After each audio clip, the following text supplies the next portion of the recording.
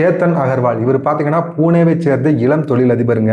So இவருக்கு பார்த்தீங்கன்னா சியா கோயல் அப்படிங்கிற ஒரு பொண்ணோட பார்த்தீங்கன்னா என்கேஜ்மெண்ட் ஆயிருந்திருக்கு. ஸோ இவங்க 2 பேரும் பார்த்தீங்கன்னா இன்ஸ்டாகிராமில் மாறி மாறி 2 பேர்த்துக்கும் என்கேஜ்மெண்ட்டுக்கு அப்புறம் எடுத்த ஃபோட்டோஸ் எல்லாம் ஷேர் பண்ணிட்டு இருந்திருக்காங்க. ஸோ அந்த பையனுக்கு வந்து அந்த பொண்ணை வந்து ரொம்ப பிடிச்சி போயிருந்திருக்கும் போல இருக்கு. ஸோ 2 பேரும் மாறி மாறி வந்து இன்ஸ்டாகிராமில் போஸ்ட் போட்டுட்டு இருந்திருக்காங்க. இந்த சமயத்தில் தான் ஜூன் 18ஆம் தேதி பார்த்தீங்கன்னா மகாராஷ்டிரத்தில் உள்ள பிரபல சுற்றுலாத்தலமான லோஹட் கோட்டை அப்படிங்கிற இடத்துக்கு பார்த்தீங்கன்னா இவங்க 2 பேருமே போயிருந்திருக்காங்க. ஸோ அது பார்த்தீங்கன்னா ஒரு ஹில்ஸ் ஏரியா.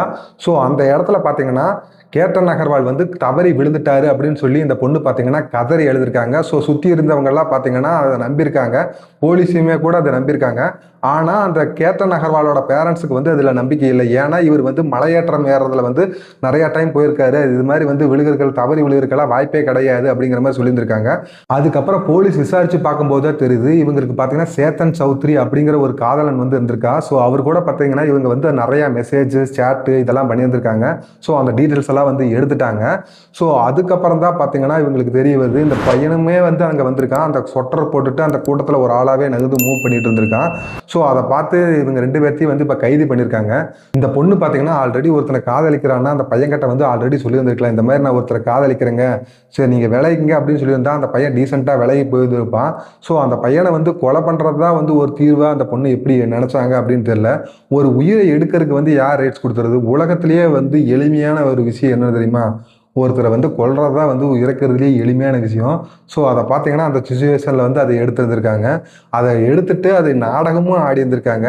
இன்றைய காலகட்டம் பார்த்தீங்கன்னா கலியுகம் அப்படின்னு சொல்லுவாங்கல்ல, அது இதுதானா அப்படிங்கிற மாதிரி எனக்கு டவுட் வருது. ஏன்னா ஒரு பொண்ணை பிடிக்கலைன்னா பொண்ணை கொலை பண்ணுறது, ஒரு குழந்தையை பிடிக்கல அம்மாவுக்கு வந்து குழந்தையை பிடிக்கலைன்னா அம்மாவே குழந்தை கொலை பண்ணுறது. ஸோ இந்த மாதிரி நிகழ்வுகள்லாம் பார்த்தீங்கன்னா இப்போ ரீசெண்டாக வந்து நிறையா நடந்துகிட்டு இருக்குது. மேலும் பார்த்தீங்கன்னா இந்த வழக்கை வந்து பார்த்தீங்கன்னா போலீஸ் வந்து தீவிரமாக விசாரிச்சுட்டு இருக்காங்க. ஒரு சிசிடிவி கேமரா இதெல்லாம் வந்து வெரிஃபை பண்ணிட்டு இருக்காங்க. ஏன் அப்படின்னு பார்த்தீங்கன்னா இந்த வழக்கை வந்து நீதிமன்றத்தில் வந்து நிரூபிக்கணும். இந்த வழக்கில் வந்து நான் என்ன சொல்ல வரேன்னா அந்த பொண்ணுக்கு வந்து அந்த பையனை பிடிக்கலைன்னா அந்த பையன் கிட்ட டேரெக்டாக எனக்கு உங்களை பிடிக்கலைங்க, நான் வேற ஒருத்தரை லவ் பண்ணுறேன் அப்படின்னு சொல்லியிருந்திருக்கலாம்.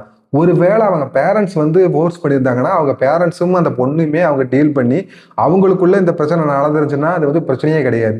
யார் என்னன்னே தெரியாத ஒரு 3வது பையனை வந்து இந்த மாதிரி வந்து கொல்றதுங்கிறது வந்து வெரி வெரி டேஞ்சரஸ். இந்த மாதிரி வந்து பண்ணுறதே ரொம்ப தப்பு. பாவம் அந்த பையன் வந்து என்னென்ன ஆசையில் வந்து காதலிச்சிருப்பான், பழகியிருப்பான். ஆனால் அவனை வந்து நீங்கள் இந்த மாதிரி கூட்டிகிட்டு போய் வந்து கொல்றது வந்து ரொம்பவே தப்பு.